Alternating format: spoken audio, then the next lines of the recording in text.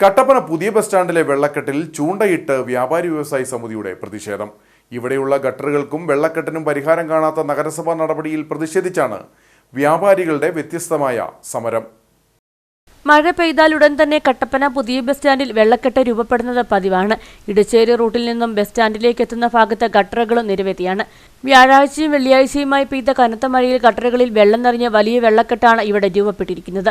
ഈ പ്രശ്നങ്ങൾക്ക് പരിഹാരം കാണാത്ത നഗരസഭയുടെ നടപടിയിൽ പ്രതിഷേധിച്ചാണ് വ്യാപാരി വ്യവസായി സമിതിയുടെ നേതൃത്വത്തിൽ വെള്ളക്കെട്ടിൽ പ്രതീകാത്മകമായി ചൂണ്ടയിട്ട് പ്രതിഷേധിച്ചതെന്ന് സമിതി ജില്ലാ വൈസ് പ്രസിഡന്റ് മജീഷ് ജേക്കബ് പറഞ്ഞു.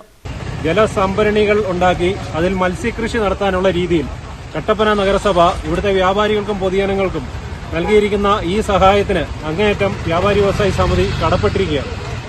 നിങ്ങൾക്കറിയാം, ഈ വ്യാപാരി വ്യവസായി സമിതി ഈ വിഷയങ്ങൾ ചൂണ്ടിക്കാണിച്ച് നിരവധി നിവേദനങ്ങൾ കട്ടപ്പന മുനിസിപ്പാലിറ്റി കൊടുക്കുകയുണ്ടായി.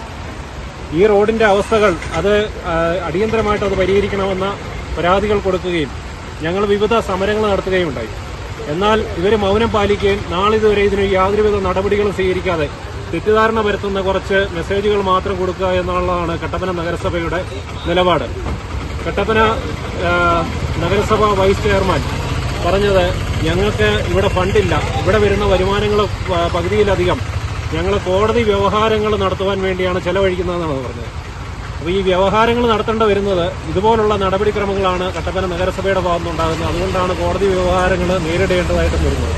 ബസ് സ്റ്റാൻഡിൽ വെള്ളക്കെട്ട് രൂപപ്പെട്ടിരിക്കുന്നത് കാൽനട യാത്രികർക്കും വാഹനങ്ങൾക്കും സമീപത്തെ വ്യാപാരികൾക്കും ഒരുപോലെ ബുദ്ധിമുട്ട് സൃഷ്ടിച്ചിരിക്കുകയാണ്.